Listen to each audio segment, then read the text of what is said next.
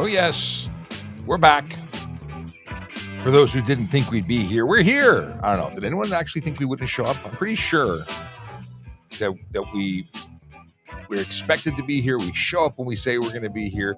Very rarely do I skip out of town on a moment's notice to go and be elsewhere. Even when I'm elsewhere, I tend to be here. Yes, I was on the balcony in Florida at Disney, live streaming questions and answers because I'm a traffic geek. I didn't want to leave anyone hanging without questions being answered. I missed you all. Hey, that's my alarm saying it's 10 o'clock. And you know where your children are? Does anyone remember that reference? My name is Sean Shapiro. This is the show on the internet called Ask a Traffic Cop, where I answer your traffic and police questions weekdays from 10 to 11, sometimes from 9:30 to 11, because sometimes we join up with Jerry Ager on News Talk 1010 and talk about stuff and things. And we did that yesterday. So if you missed it and you want to check it out, you can, because all of our episodes are available on our website, on our YouTube page, I should say. And you can get to that by going up here and using that scatter code or going to trafficcop.ca, where you can get all of the social media stuff. You want to add me on LinkedIn? You can do that there. You want to watch our TikToks? You can do that there. All of our social media. You can even go on and get great information about renewing your license plate, driver's information when you're coming to live in Ontario or travel here. You can also do stuff like, I don't know, check to see if a vehicle you're interested in buying is stolen, or make sure your friend is licensed before you loan them your car. And people always... oh, my nose is itchy. People are always wondering why that's a thing. Well, if you own a motor vehicle and you lend it to a friend, well, what happens? They drive it usually, but if they're not licensed, even if they showed you a card, because how many people actually say, okay, let me see your license, friend, who I've known for 20 years and totally trust? Yeah, people don't do that. And then what happens is they're held responsible, according to the Highway Traffic Act, for allowing someone who's unlicensed, and the chance that they're not licensed, for driving a motor vehicle on the road. You don't want to be that person. You don't want to be charged. And it just gets messy.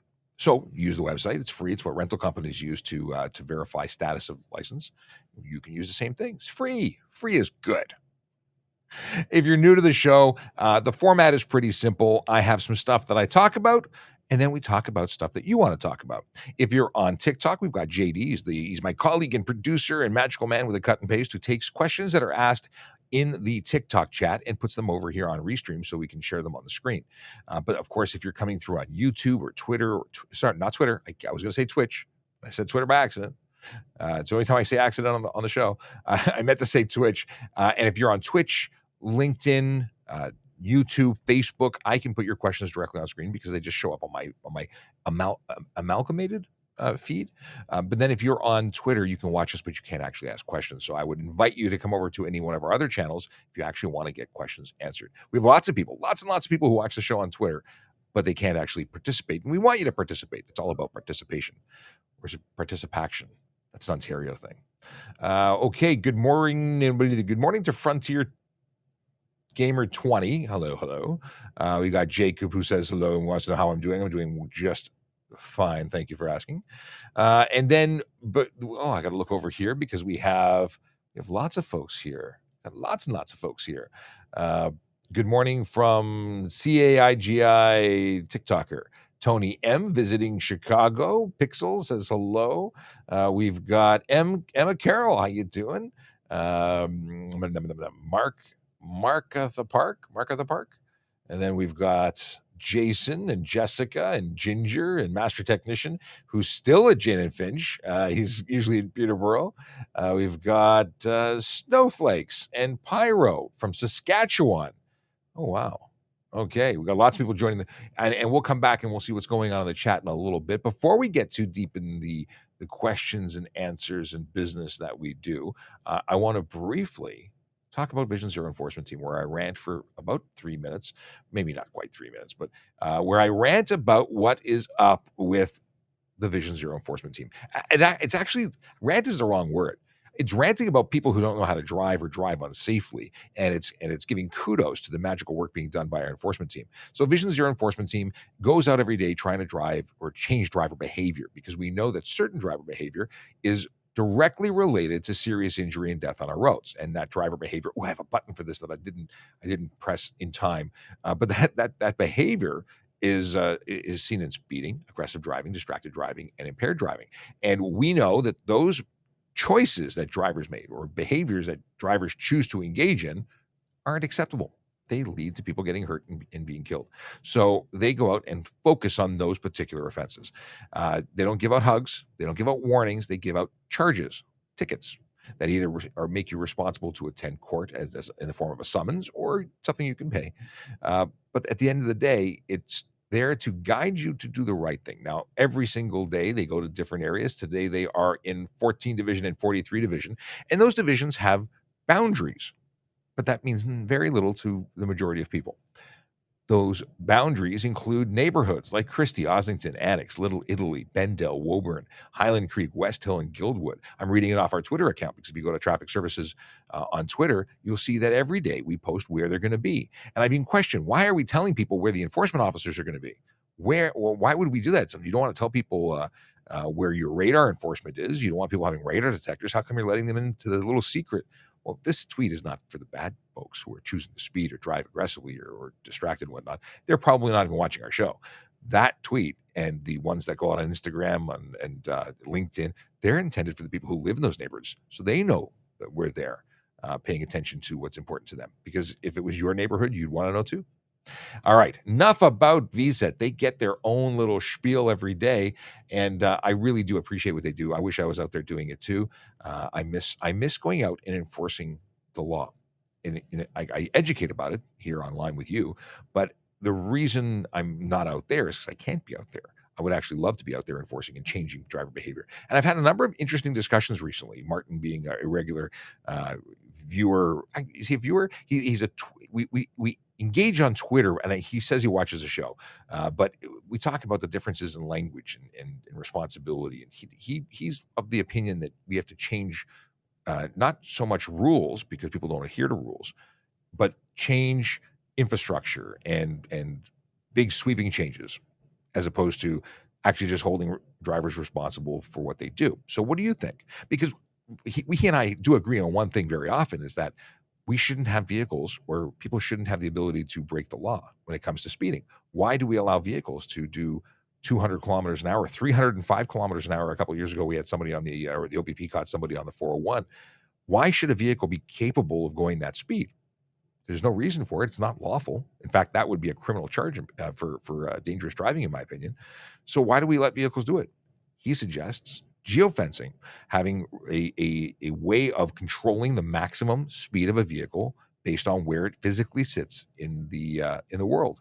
It's a very interesting concept, and it's being done for smaller mobility or micro mobility devices. Is seen in some jurisdictions where they have rental units for e-kick scooters that are lawful in those neighborhoods. Well, they have speed limits in different areas, and I think it's very interesting. Maybe we should have that on Yonge Street. You shouldn't be able to go over the posted limit. Doesn't matter how hard you press the pedal, it'll go the speed limit.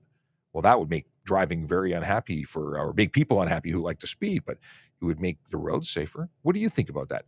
I'd love to talk about this in amongst the questions as we discuss, but I'd like to have that as a theme today, something that we can keep coming back to. What do you think about controlling the speeds and taking away people's choice to break the law? Because no one's allowed to, so why give them the opportunity to? I really want to hear your thoughts, and I think this will make for some interesting discussion. Okay, and by the way, if you put your discussion, because it's not a convo, but if you can throw your comments in, I'd love to discuss it. All right, let's talk about the first question that came in from Mark the Park. I got a great question. Okay, let's see it. As I was about to hit the button, there we go. How can you claim helmets are for safety, but yet exempt from a certain group? Okay, so this is to what Mark at the Park, I don't know how to read your name. I assumed it was Mark at the Park, but it doesn't actually say that, unless it was a typo, because that could happen. Moving on. The deal is that helmets are for safety. And at the same time, while helmets are for safety, a particular group of people who practice the Sikh faith, applied and said they need an exemption because in order to practice their faith, they can't follow that particular law because you can't put a helmet over a turban. And the courts acknowledged that they were being excluded from an activity of motorcycle riding because of practicing their faith. And how do you do that? So I'm not a lawyer, and my nose is still itchy. And they applied, and the government agreed, or at least decided to, or the courts decided and gave them that right. So just because they're exempt doesn't mean it's not for safety. It means that we're not going to exclude someone because of their faith, and that's the right thing to do, in my opinion, anyway. Many people disagree because they too don't want to wear helmets, and because someone got to do it, well, it's not fair. Well, the same people chirp up and say, how come police get to drive fast and have lights and sirens and carry guns? Well, because we're the police and we have certain authorities and privileges in order to do the job that we do. So we get to do things you don't get to do. I can't tell you how many comments I get where people are coming out saying, I will follow the speed limit when the police follow the speed limit, because they're not being a good example. They're breaking the law. Well, they're not breaking the law, because police are permitted to exceed the speed limit. Legally, it's in the law. You're not. So these arguments and I'm not trying to poke at you, or you got me going on a whole conversation outside of your helmet question, but sometimes there's exemptions and it's not fair, or you may not like it. Last night, my daughter didn't like the fact that my other daughter was going to get something before she got something. It's not always fair, but it is right. And we're not going to take away helmet laws for everybody, because it truly is a safety thing. Anyway, I've lost my my flow. Here we go. Lots of questions coming in. Things are moving up the screen. We've got morning from Big Jeff Fresh. How you doing? Jeff, what is this? When did you become a traffic cop? Oh, so I started with the Toronto Police as an auxiliary officer. Auxiliary is a volunteer opportunity, and I totally think it's the best volunteer gig going. I did that for 12 years, and I went directly to traffic because I was a motorcycle guy, and they recruited me from the college saying, hey, you got a motorcycle license. We want you to come to traffic because you could ride motorcycles as an auxiliary. By the way, best volunteer gig ever. So I did that. When I became a police officer years later, 12 years later, in fact, I wanted to go to traffic. That was my home. But I had been after I got promoted to auxiliary sergeant, I went to 32 Division. And when I went PC, my goal was to go back to traffic so I could ride motorcycles and do the stuff that I like. But I went to 12 Division for a couple of years, and it did primary response before coming back. So how long have I been a traffic cop? As a traffic cop, I came to TSV, I think, in 2014. Now, what else? Now, just to fill in the blanks, I was also a special constable during that 12-year period where I was an auxiliary. I also worked with the police as a special constable in court services, which the rank was court officer then. Now we're just special constables, or they're just special constables. And the reason I bring it up is because there are opportunities to join us. Yes, indeed, good opportunities if you'd like to have a fantastic career with many jobs. It's a career with many jobs, one career, many jobs.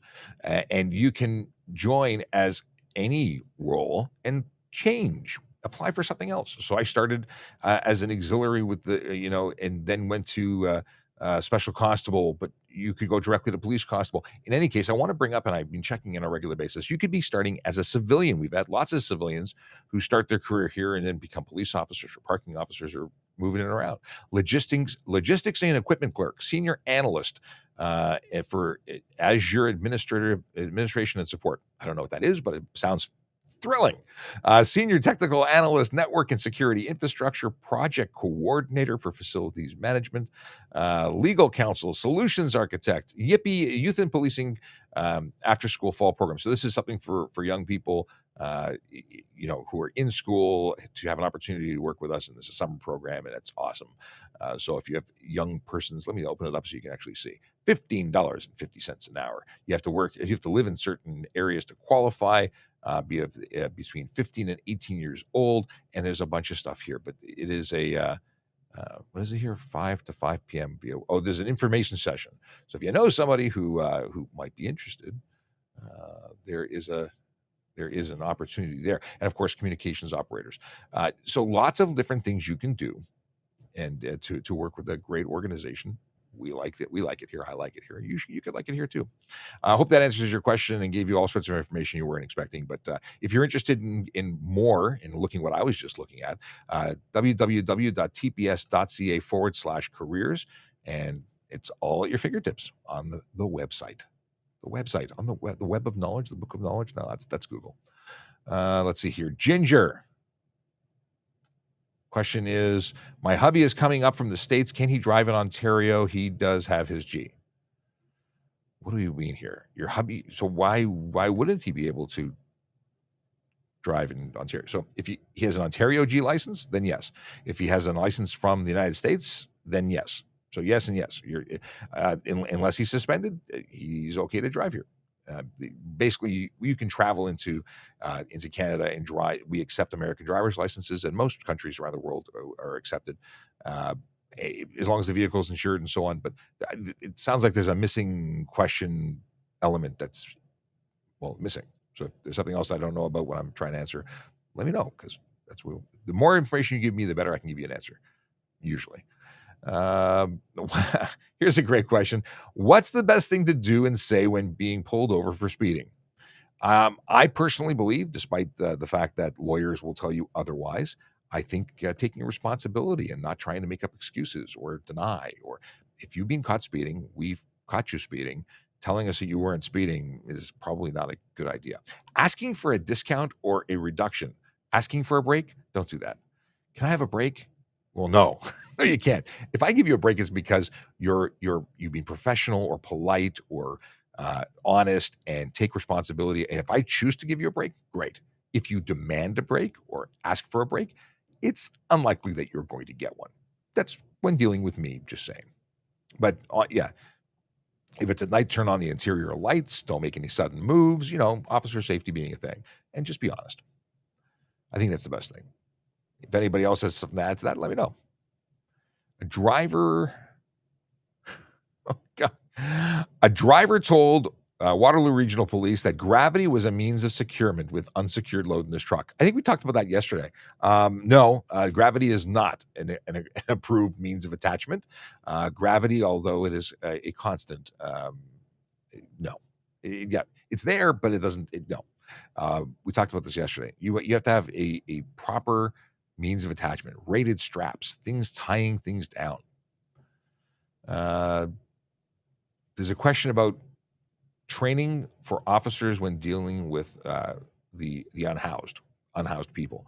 I don't know if that's a question. Are you asking what training people get?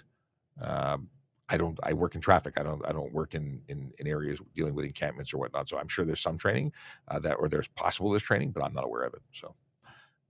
Good morning. I had an annoying paid duty PC get annoyed that I was on a section of open highway. He should have been at previous intersection to keep. I'm not, Michael, I'm not following your question. So you were on a road and somebody got upset with you because you were on a road that was an open road. I don't know what to tell you. Good morning. Good morning. My wife is watching. Leo wife is my wife and is gracing us with her presence.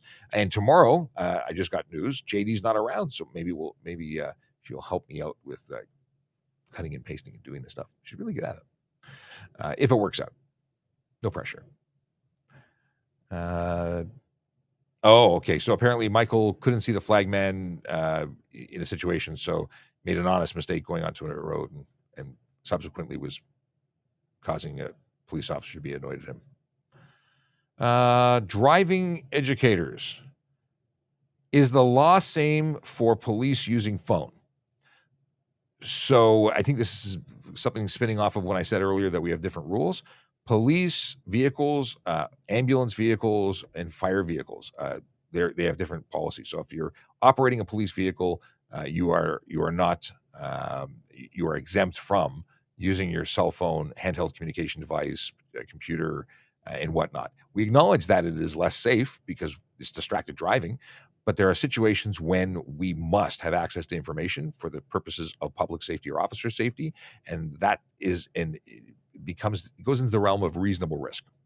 That means that we have rules that say we can do it and everybody else cannot. Except, and I put a video about this a couple days ago, if a member of the public is calling in an emergency, they're calling 911. Someone in the vehicle with them is having a heart attack. They see someone get hit by a car. They see an impaired driver. It's an emergency. You can call police, fire, and ambulance by calling 911 on your cell phone, even if you don't have Bluetooth, putting the phone to your ear, dialing it in your hand because there's no time. It's an emergency. So you get that exemption too. There's other people who have exemptions beyond police officers. If you have your amateur radio license, you're exempt from, so you can use that equipment because there's an acknowledgement. Amateur radio operators, for those who don't know what that means, is people who are licensed to use a certain type of radio, and they are intended in the event of wartime or major emergency or catastrophe to essentially take up a communications role for the betterment of all. It's not so they can call home. Not intended for that reason, even though technically they'd be exempt. But it is because they're intended to assist in communications if all other communications fails. Yeah. That's a whole other. I want to get my license. I want to get my amateur radio license, and I just haven't. I've talked about it for probably 20 years, and I've never done it. So maybe that's something for this year or next year or the year after. I'm procrastinating. Just checking out Instagram. Noah Mortimer is on Instagram and has a question. If you were to hit a pothole large enough to cause you to lose control and get into a collision, are you liable? Country road, hidden pothole, just a random scenario. So I know that if the vehicle gets damaged because of the pothole, because of essentially neglect or lack of repair from the region or town, whatever that's responsible for it, municipality, you can sue them, or you have an application process in Toronto to get your vehicle repaired. They actually will cover certain amounts, and I don't know the criteria in particular, but I know it exists because I know people who have gotten satisfaction from that. They've actually gotten money to repair their vehicle. In terms of the collision, if you're going so fast that it caused a collision because of a pothole, chances are, while you may have a reason or some contributing factor, you were probably going too fast for the conditions and so on. Okay. So it may help you, but it also doesn't exonerate you entirely. All right. We have a bunch of questions that have slid by. I feel it would make, what is this? I don't know what we have here. Oh, this isn't question. Okay. So Chase is having, earlier in the show, I asked about what people think or thought about the idea of limiting vehicles to the speed limit. So they could not speed. They couldn't go to those excessive speed limits. So Chase says, I feel it would make it even more, make an even more dangerous environment, as there would be older model cars that are not speed limited going way faster than people going the speed limit on Yonge Street. Well, what if those, and just to counter, if they made this law, maybe they'd make it for all vehicles. So even limited or even classic cars would have to have a device installed to regulate. Maybe that would make it that no older cars could go on the road. I don't know. We're just chatting about this. Obviously, it's not a reality, but let's say we could address that. Maybe there was a way to address that. Would it be okay then? I know that people like to go fast, and maybe the situation would be that when you go to a track, you could hit the go fast button and punch in a code or get authorization from flight control or whatever the case may be. But maybe that would do it. Or what if there was a box that your car had to have in it, and that was the license box, and the license box would just issue a ticket, sort of like Fifth Element. You do something wrong and the ticket spits out of your dashboard. Just, you get held accountable. Is holding people accountable, is the risk of getting into trouble enough to truly change behavior? That's why we give tickets, right? We pull you over, we give you a ticket, we say, we caught you. Here's the consequences. It's financial impact. It's a potential increase of your insurance. It's potential loss of your license if you keep racking this up. What do you think? Let me know. Now, Chase is, I think, the only person who's weighed in on this particular conversation so far.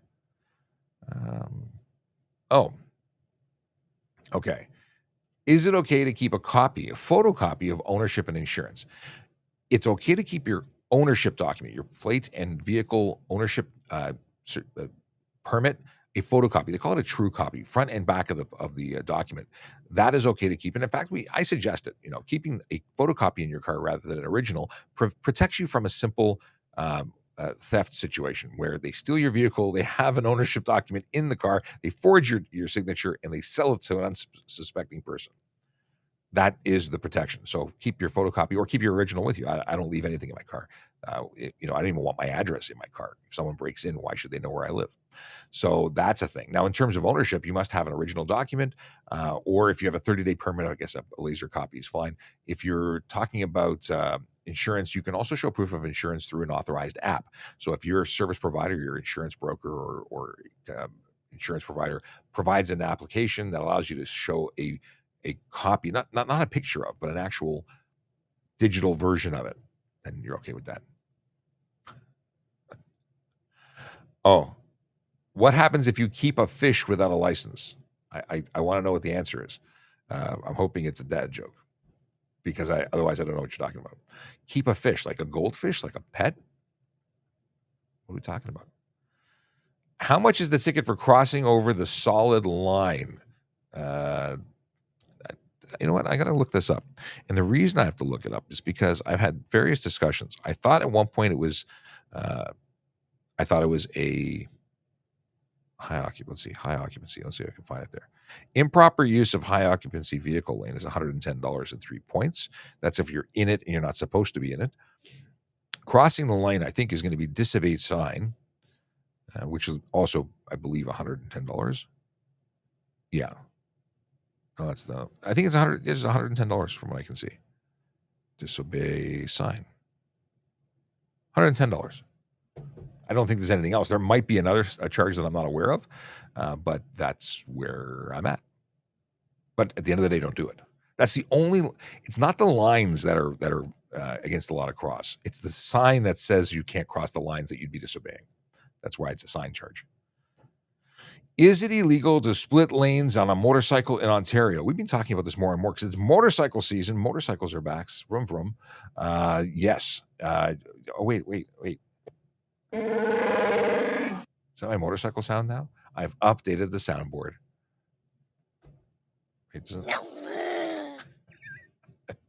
My Wookiee and my Ewok. Okay, so the deal is that lane splitting is illegal. It's not something that is listed as specifically illegal, like thou shalt not lane split. Instead, it is behavior that can be clearly fits into a category of either careless, stunt driving, or dangerous, depending on what's being observed by the officer. So is it legal? No. And the reason why is because you're driving between vehicles either at a marked departure from the speed that they are traveling because you're overtaking them. So if it's crawling speed in traffic and you're going faster than them, that could be careless if it's a minor difference in speed. It could be stunt if you're driving really, really close between vehicles or you're going significantly faster than they are. It could be dangerous if you're doing if it's like you're doing 100 kilometers an hour and they're not moving. That's clearly dangerous, criminal dangerous driving. So not legal, don't do it. And that's my spiel. Okay, looking here. Boom, boom, boom. Chase wants to know, would you prefer if we kept our hands on the steering wheel and announced our movements reaching for items? I would. Most officers I know would. If I see someone digging around under their seats, I'm going to be very concerned. I'm going to treat you differently than if you're calmly waiting for me to approach and then, dealing with things after saying, hey, my ownership is in the glove box. Do you mind if I go get that? Because times are changing and officer safety is a real concern. We've had too many police officers die. Now, on May 7th, we have the Ontario Police Officers Memorial that's being held. It's an annual event, the first Sunday of May every year. And this year's is it really special? I can't talk about it too much because I'm going to get emotional. But we've had too many people that are police officers die in Ontario. And, it's something that's unique this last year. The numbers are staggering compared to previous years. In the States, they lose officers every day, and it's not okay. Hello. Hello. Are you on? We are live. Oh, good morning. It's 10 to 11. It's that thing. We have a visitor in the studio. Hello. Are things good? Are you sitting down? What are you doing? No. I came to pick up a motorcycle. So. Oh, well, you happy riding then? Thank you. We're talking about stuff. I started talking about the police memorial and I went off track, but we're talking about traffic stuff. I'll be back. Okay, come back whenever you like. We talked about this already. That was YYZ traffic cop. Let's see here. So Chase says that if we, and this has become a conversation with Chase because nobody else is weighing in yet about governing vehicles to limit their speed to a maximum of the speed limit. But I'm really curious what you think. I'm sure not many people like the idea. Okay. So if a vehicle was governed, it could be very easily removed. I'm familiar with the technology. Well, I am too. But maybe there's new technology. Maybe there's a way of doing it that you couldn't remove it. So I'm saying in a perfect world, not whether or not you could get around it. I mean, we're looking at e-bikes. People can remove one wire, and an e-bike goes from being an e-bike and is miraculously reverted to a motor vehicle, a motorcycle, no less. And I was watching a video yesterday. Yesterday, I found it was an emo-looking. It looks like an RC, like a race bike, and it's capable of 80 kilometers an hour. And the dealerships are teaching people how to unplug them. They go, well, it's not legal for road use. Well, yeah, but what do you think people are doing when you give them that information? One wire, and the sticker says, please don't remove. Not okay. Now, yeah, we can hold people accountable. And I think for the most part, holding people accountable works. Not everybody agrees. And I don't have a problem with people. I don't have a problem with the concept of limiting it so people make better decisions because they don't have decisions to make. Like if I take the option to speed away from you, you really can't speed. And if you do it, maybe if you're found to be violating it, maybe jail, maybe car gets crushed. Like what at what point do we need lasers from the sky to disable vehicles before people start doing what's safe and what's right by following the law? I don't know. And I'm obviously not suggesting that we should have lasers or missiles or anything like that. I'm of course going over the top with that suggestion, but it's a discussion. It's a place to start the discussion.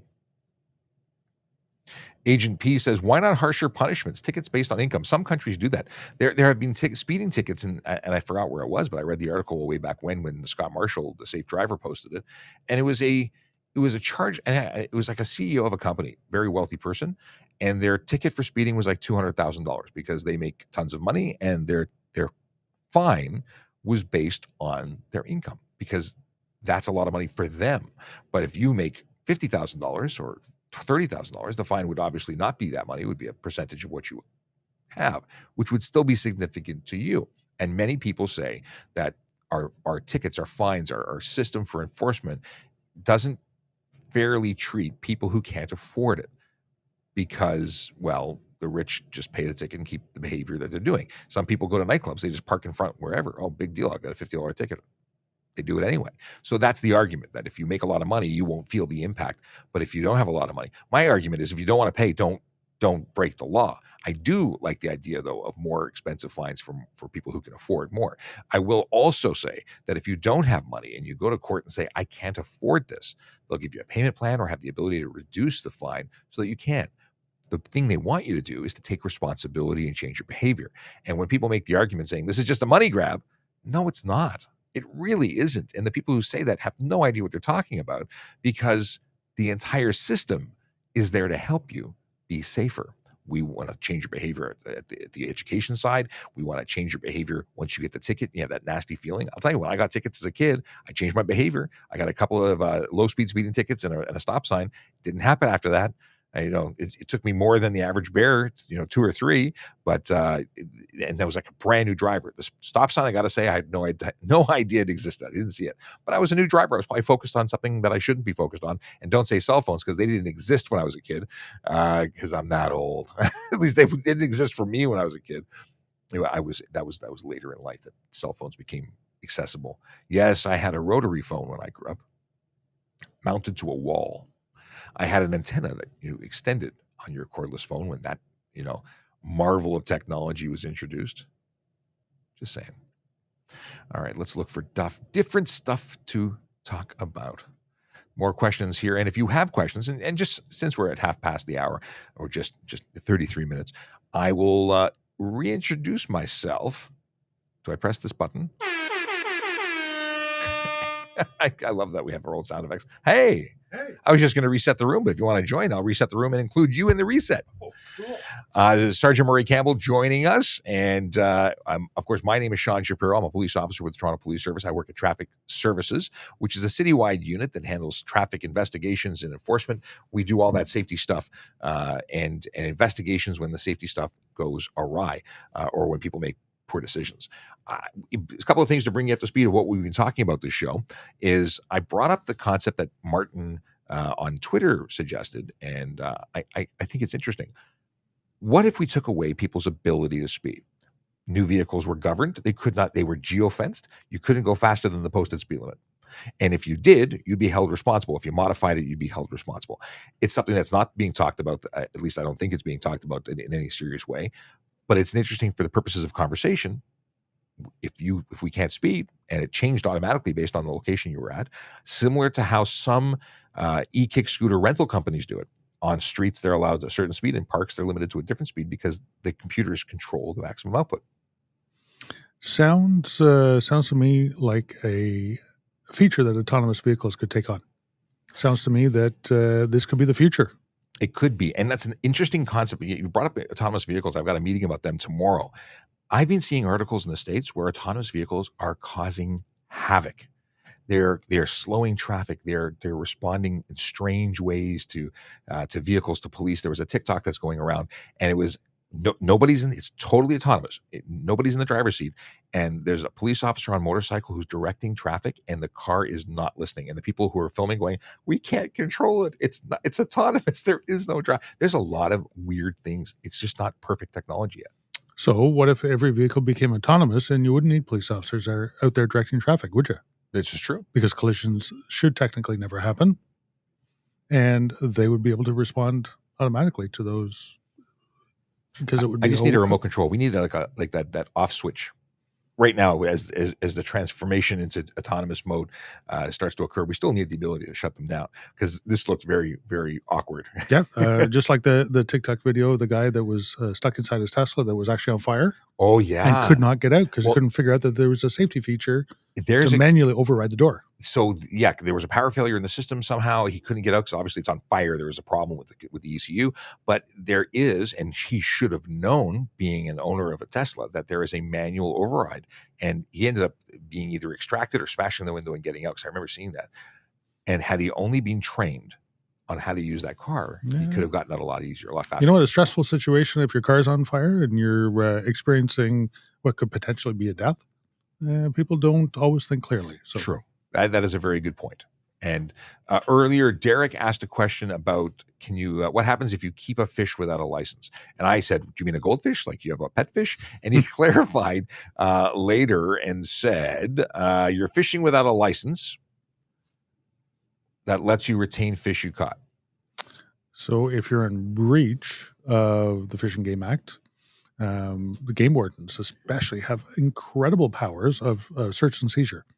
They can enter your home. They can search for what they believe based on belief, and they can seize all offense-related property, which could be fishing rod, the car you drove there in, your motorcycle, your bicycle, everything related to the offense.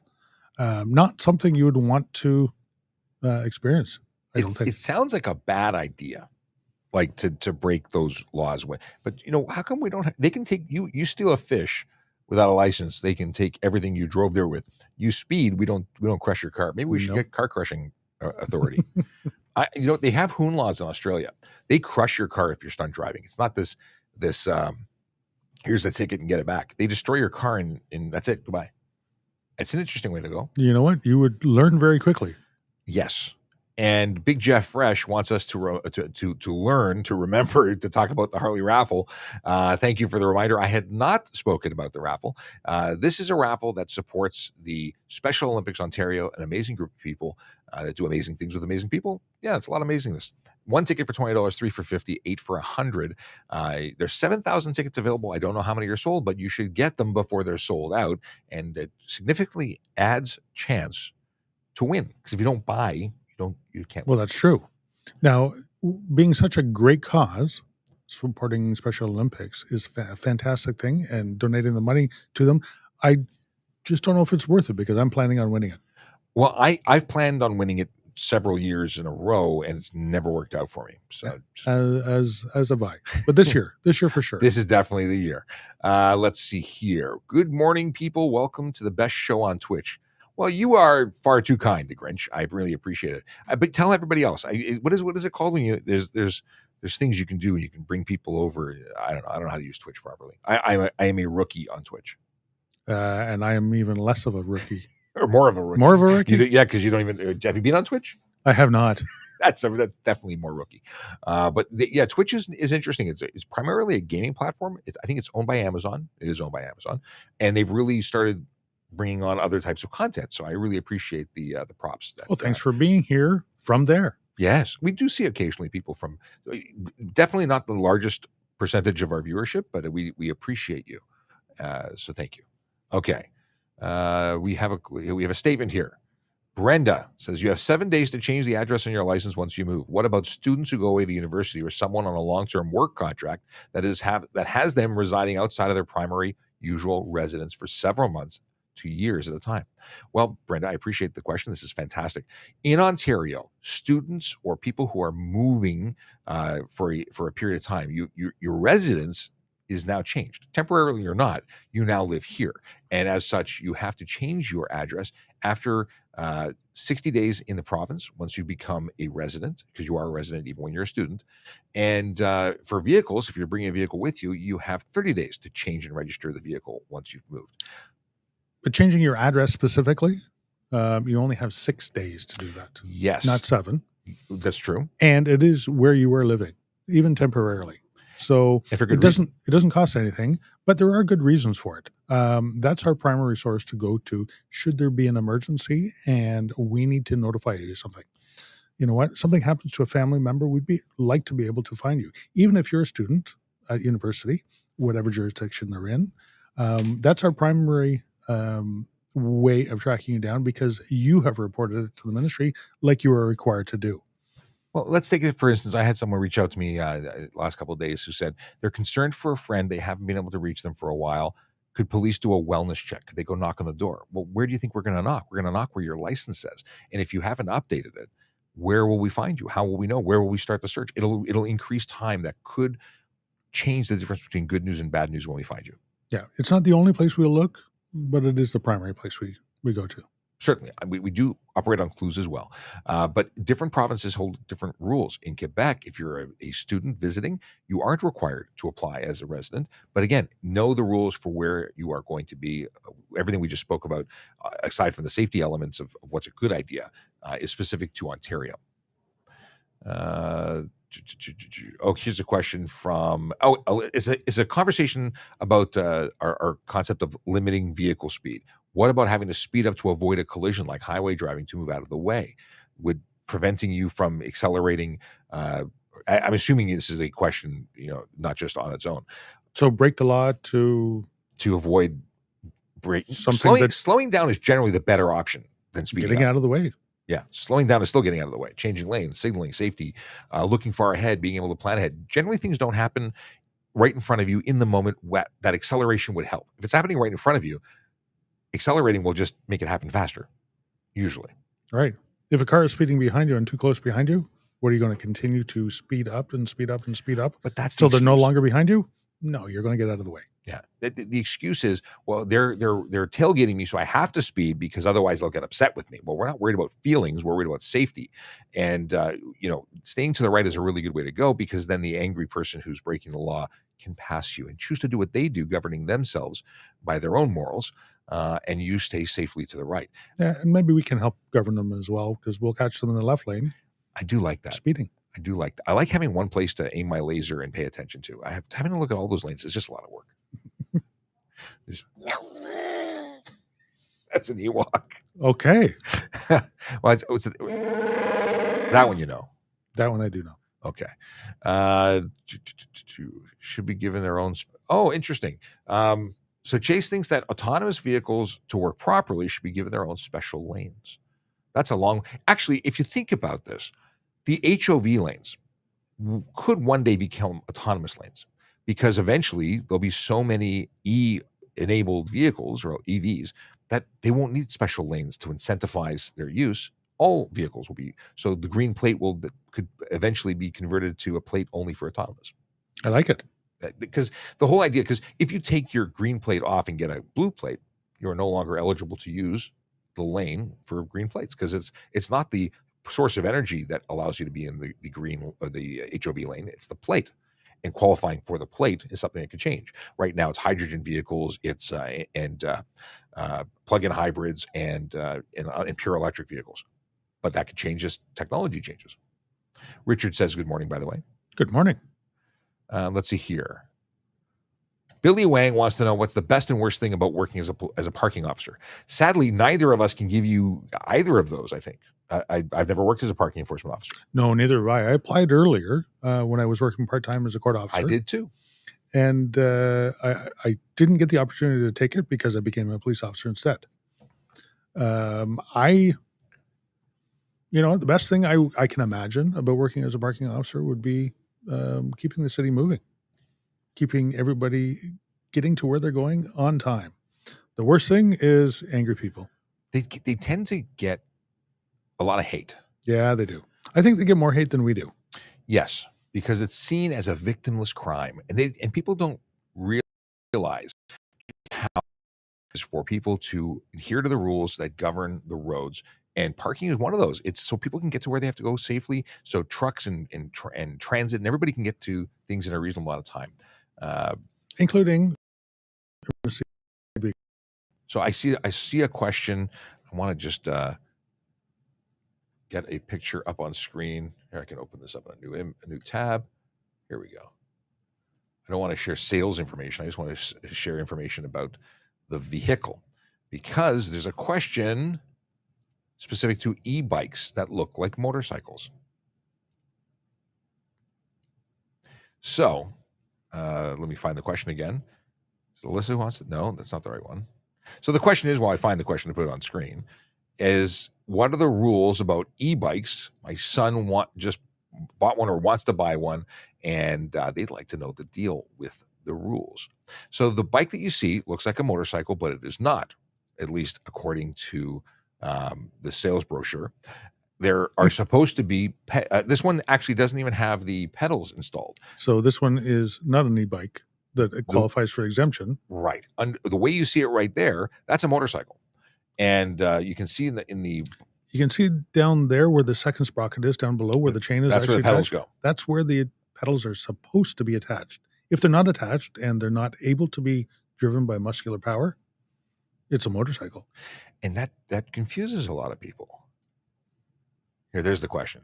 Can you go over e-bike lives? My 16-year-old stepson just bought one that looks like a motorcycle. I'm assuming it's going to be one that looks similar to this. So the rules are, in order for it to qualify as a motorcycle, it must have pedals attached. Qualify as an e-bike. E-bike, thank you. I misspoke. It must have pedals attached. It must weigh no more than 120 kilos. It must have a motor more powerful than 500 watts.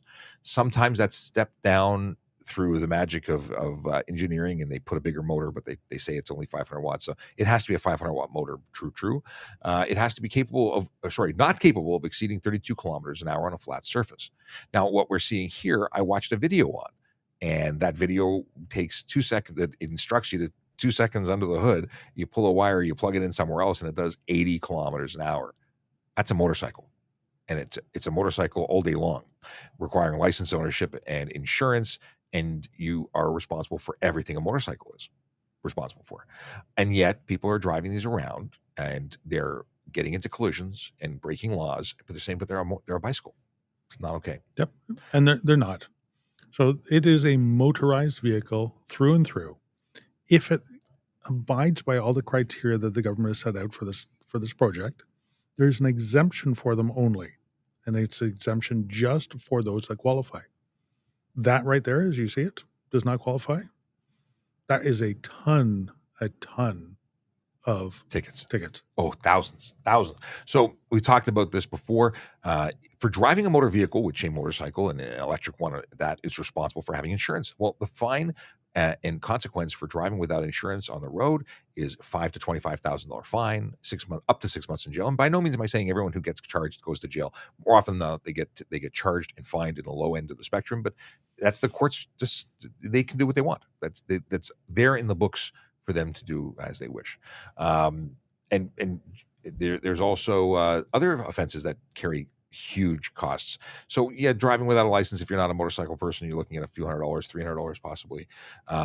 If you are driving this and it doesn't meet the requirements for safety, proper braking, this looks like it's got reasonable brakes, but that doesn't mean it does actually have Right. It actually has to be certified to be operating as a motorcycle. So unsafe. And if motor it doesn't, right away it's an unsafe motor vehicle. And proper tires and proper horn and proper brakes and proper, you name it, it would just keep happening. Now, we do have electric motorcycles. Mhm. There are major manufacturers that have produced and are on the road right now electric motorcycles.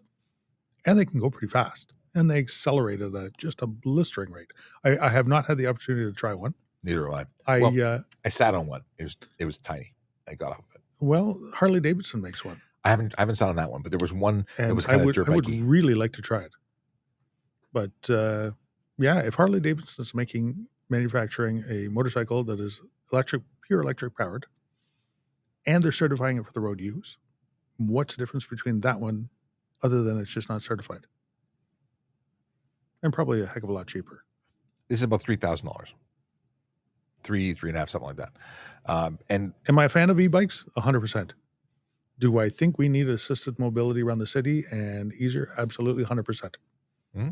But it has to be done within the confines of what's safe, what's ruled. Now, even if this is qualifying as an e-bike, it's limited. It cannot go on cycle tracks or cycle lanes in the city of Toronto. Or parks. Yeah, those are not permitted. So there are things to know that are important things to know sidewalks before you go. Not allowed. Well, sidewalks is any bicycle if you're over the age of 14, but e-bikes not at all. We can come back to e-bikes again, but David wants to know, he's seen that he just bought a new vehicle, wants to tint the windows. Can I tint the driver's side? If so, how many degrees? So tint is a percentage that is, and for the purposes of safety in your vehicle, getting a license plate issued, 30% light blockage is what's permitted, meaning 70% has to get through.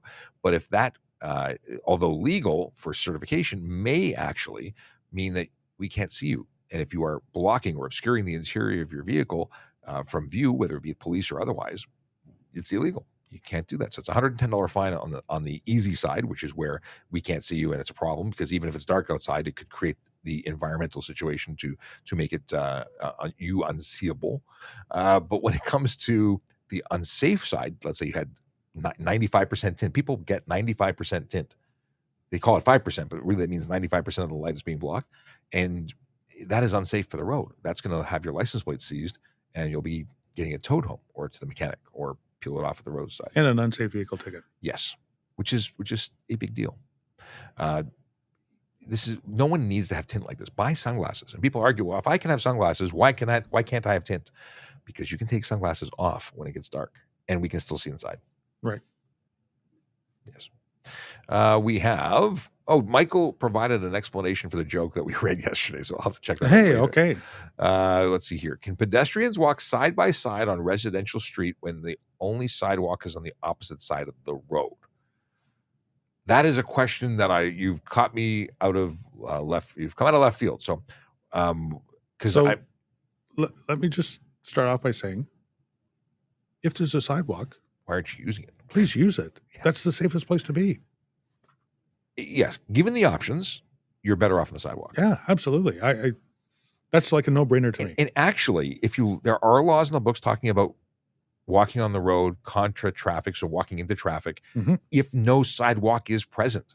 I'm pretty sure, and I'm not making that up, I'm pretty sure it says in the event there's no sidewalk. That's one thing for us to look up. Yes, afterwards. I won't do it. And we'll report back. Yes, I like that. But if you're a pedestrian, put yourself in a position to give you the best chance of safety. As drivers, we put ourselves into the best chance of safety. We put seatbelts on. We have safety equipment, all that. As a pedestrian, as a cyclist, everybody do it. If everybody does it, everybody has the best chance, and we don't get hurt. I like it. Not getting hurt. Good. We see so many tragic situations, people who lose their lives unnecessarily because of choices other people make, or just not making the best choice for yourself. Because you can choose to do things or you can choose to do things that give you better chances. The argument about wearing different color clothing or crossing at signalized intersections. Yeah, you can cross outside of a signalized intersection after a certain point, but if it's there, why wouldn't you use it? And others have tried to argue with me saying, well, it's more chances of collision if you go to a intersection than if you go away from the intersection, because there's more points of things happening. Like anyway, I can't even get to this argument. It makes my head hurt. Okay. Does the green bike have pedals? No, it doesn't. We talked about that. 2 motorcycles side by side on the 401, legal or illegal? So safety wise, we teach staggering because it gives people the opportunity to brake and control, and it could side by side could lead to a situation where bikes collide with one another, and there's obviously potential issues with that. Yeah, you're allowed to occupy your lane. That's why we teach the staggered riding, because you can occupy all of your lane, and it also keeps other vehicles out of that same lane that you're trying to occupy. Side by side, it is not illegal, but it's not suggested. Think of your favorite show, Chips. They rode side by side all the time, but they had this much space in between the two bikes for them to be able to maneuver. Yeah. And we train with the motor squad. We train and ride side by side, because we're not going to take up the entire road for an entire kilometer when we ride as a group. There's reasons to do it, but we also aren't passing one another in that lane at high speed, generally. If we are, we're doing it in very specific scenarios. But because that's when you start getting into lane splitting, and lane splitting is illegal. This is different. You're not passing and overtaking within the lane.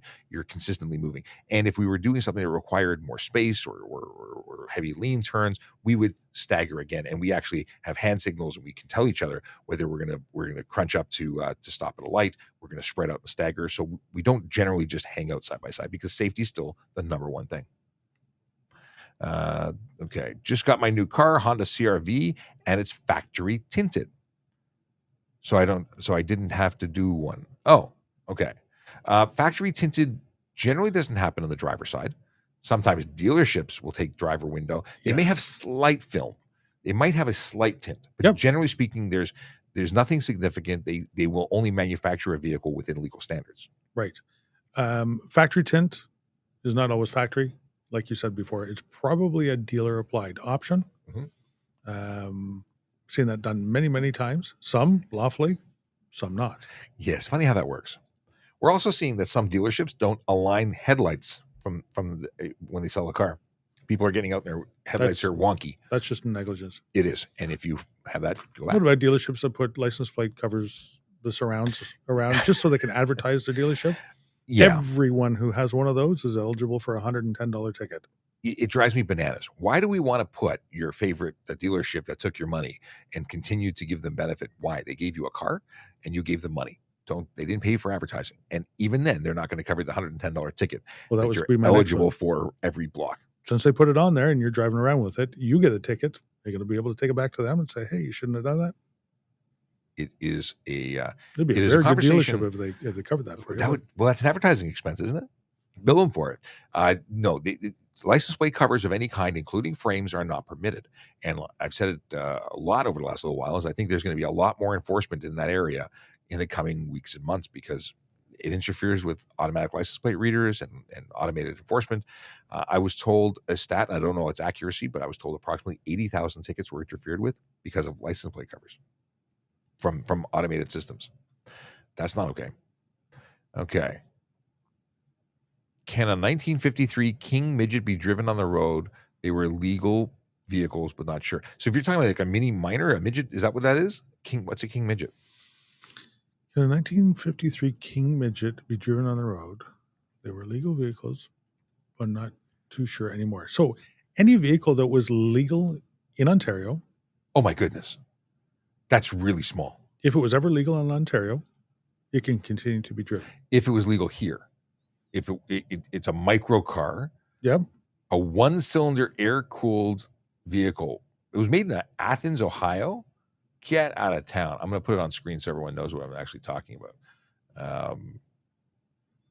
Wow. Okay, here we go. This is itty bitty. I'm going to say if it was compliant, If it was ever licensed for the road, then I don't want high savings. Then it would if it was once licensed for the road, it's still licensable for the road as a classic car. There's lots of vehicles that I wouldn't want to ride in that were legal and would still be legal. just remember though, if you were trying to change ownership over, it has to go through the safety standards procedure again. And whatever the safety standards was at the time of manufacture is what would apply. Yes. Okay, question is, I have an impaired driving conviction and I drive with interlock. Are TPS allowed to pull me over? Yes. Oh yes. Yes. The whole idea is to ensure that your interlock is interlocking. And if you're in a vehicle that doesn't have interlock, then we're going to seize that car. Yeah. I have seized many cars. I had somebody who took his vehicle in for service and had a loaner from the dealership. Bye-bye to car. That was not a good day for him.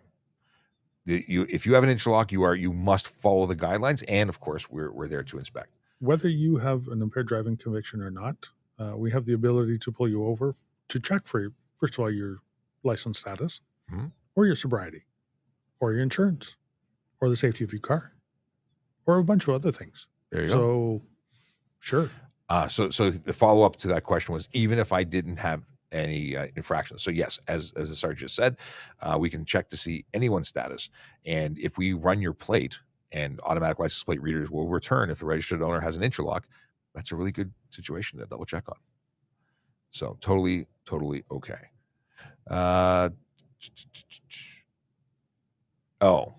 Let's see here. We've got Tyler just got back to Ontario, vehicle never left. However, do I need a new plate? This is a question where hubby was living out of the province, has come back from the United States. The vehicle is still registered to you. If it's still licensed, and it's still good to go. You don't need new plates if there's plates on it.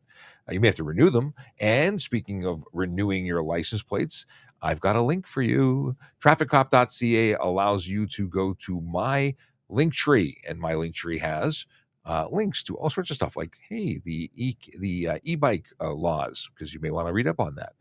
But it also has, way down after all our social media and our invitation to Discord, it has this stuff. Renew your license plate, check driver's license status, check to see if your vehicle or a vehicle you want to buy is stolen before you buy it, and laws in every province about driving on the road.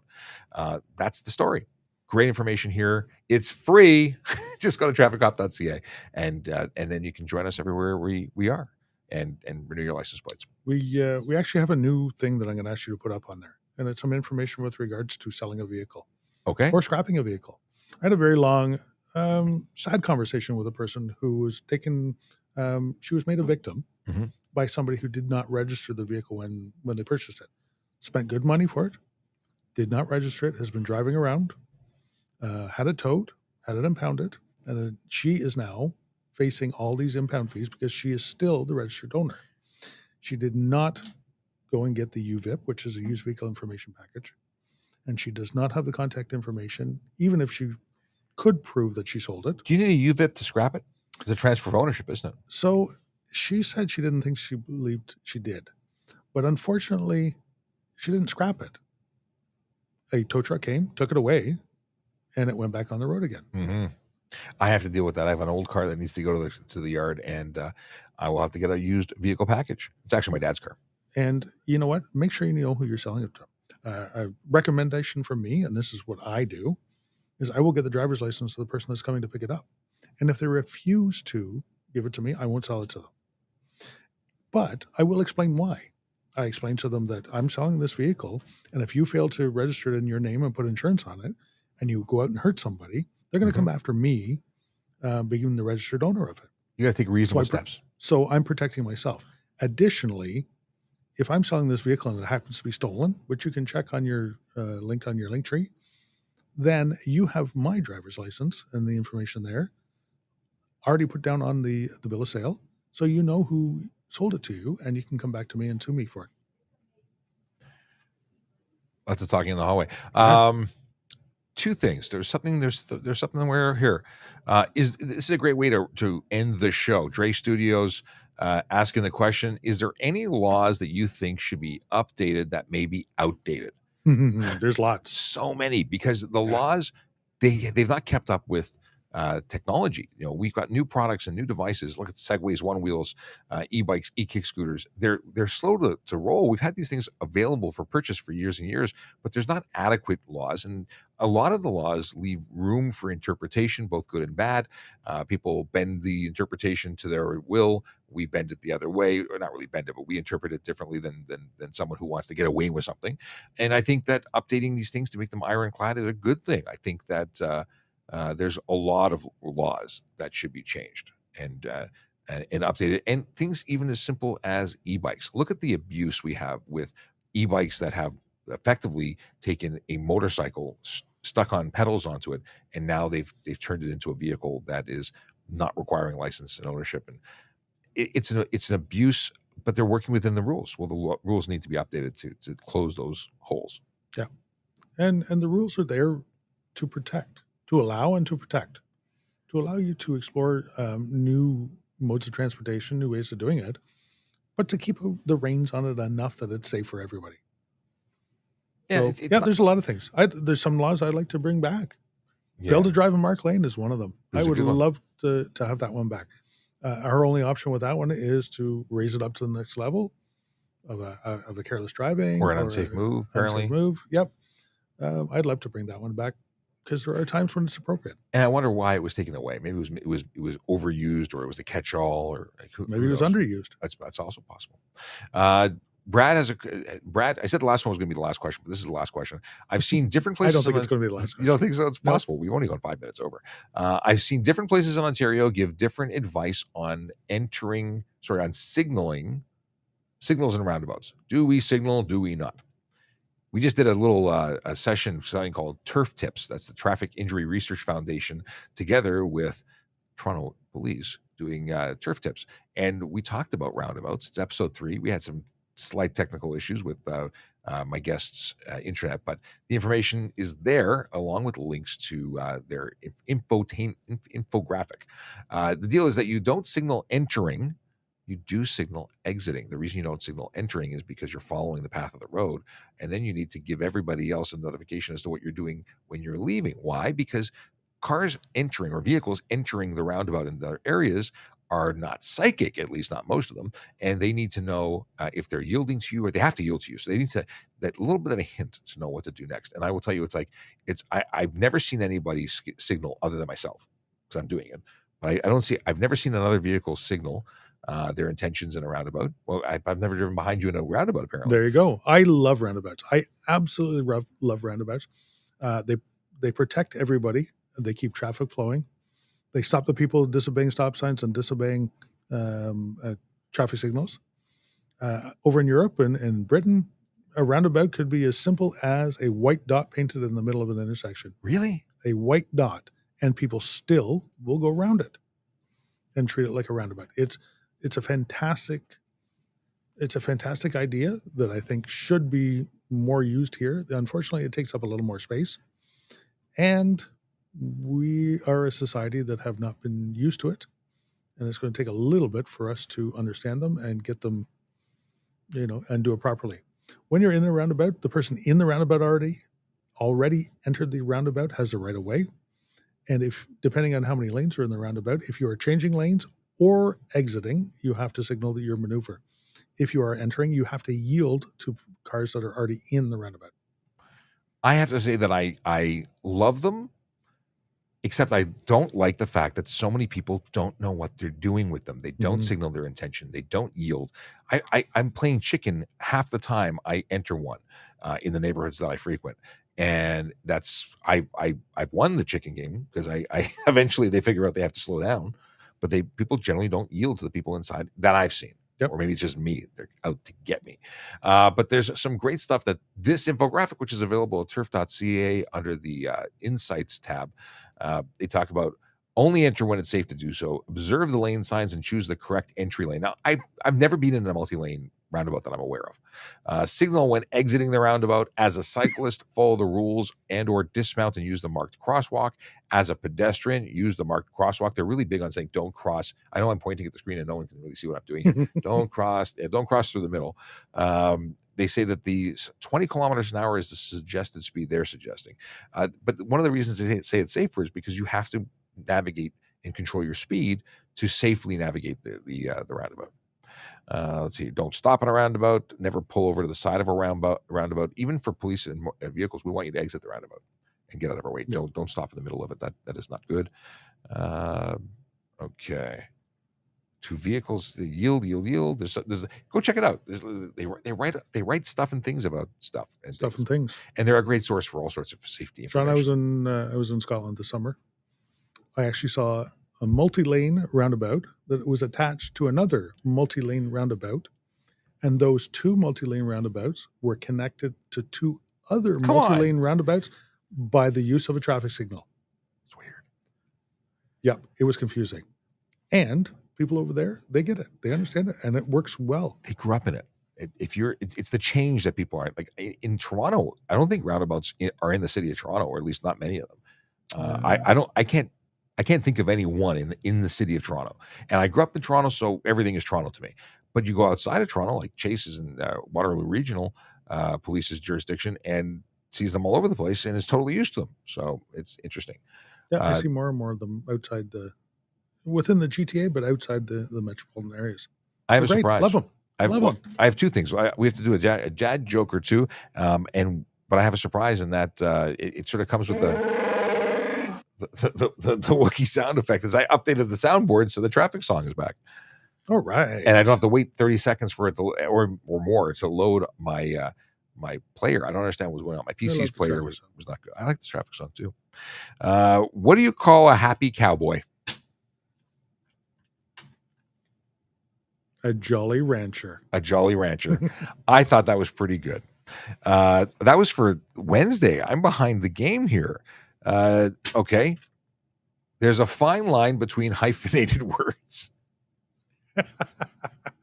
Okay. Hit whatever one it is, because that was worth it. That was good. Yeah, I really like that.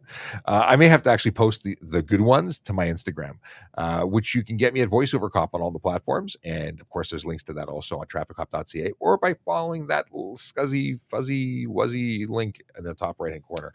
I got one from Belinda yesterday. Belinda's our commander secretary here. She has a fantastic collection of dad jokes. And it was fantastic. I can't remember. Wasn't Thunderwear? It was not Thunderwear. Because there's that was today's. That's yesterday's. What kind of underpants does a cloud? Come on, it's because Sergeant Campbell's face is here. It's my face. There we go. It sees faces and it doesn't focus. Okay. What kind of underpants does a cloud wear? Thunderpants. I thank you for coming to spend time with us. It has been a magical Thursday. We are done. And other things need to happen now that we're done this. We do something else. I have a video. Things. Yeah, I've got to do some voiceover. The voiceover cop has to do some voiceover work for a training video, and then I have to do some secret stuff. The secret stuff I can't talk about. It's a secret. Ooh, do I know about it? Yeah, I mentioned it to you yesterday. Oh, it involves reading. Oh, but homework. Oh, why didn't it start at the beginning? I have to reset it. Here is the traffic song, the one that has taken a vacation from the show for a couple weeks, but is back. So no, I want to reset it. Why can't I? Why won't it go to the beginning? Can I reset it? Oh, Sean, you come didn't on. Test it again. This is terrible. Hold on. Okay, we're resetting it manually. We're letting it play out, and I'm going to babble for 30 seconds while it does that. I don't know why it's not resetting. This is like the third time in 2 days that I've had a flub. You have, yes. Well, we'll fix it. All right, fix it for tomorrow. Well, I'm insisting on playing it. It's going to happen. It's going to happen. I've got the other ones at work. Maybe there's a setting that changed how it plays, but I will make it happen. The Grinch says technical difficulty. I checked to make it work. That's why it wasn't at the beginning, because I pressed play and it's pausing as opposed to resetting. And I don't know. We'll be back tomorrow for Friday. Chase says, Happy Friday, Junior. It is Friday, Junior. It's amazing how the week gets better as we get closer to Friday. We smile more? It's yes. Yeah. It is really a good thing. But we'll do the same thing we do every day, which is talk traffic safety, traffic law, and police stuff from 10 to 11 tomorrow. And now I'll press the traffic song, which is ready to go. But now it's not working. Yeah, it is. You hear it? I hear it. I don't hear it. I hear I it. don't hear it. Yellow light, red light, You hear it? green light, go. Now I hear it. Driving safely helps the traffic flow. Watch for All right. pedestrians, look out for bikes, and don't drive like a jerk that no one likes. Yellow light, red light, green light, go. Driving safely is the way to go. Put down your cell phone, nobody needs you to text and drive on the DVP. Yellow light, red light, green light, go. Stop at stop signs, look both ways, then go. Seatbelt, save your life indeed, and watch your driving. Don't speed. Yellow light, red light, green light, go. Driving safely is the way to go. Don't drink and drive or smoke some weed, because you might go to jail and not get free. Yellow light, red light, green light, go. Driving safely helps the traffic flow. I really missed having that song on the show, and I'm glad it's back. Thank you for another amazing episode. Really is a show that only works because of the participation from the audience. That's you. So see you tomorrow for Friday. Until then, drive safe, drive sober, and park legally. Have a good one.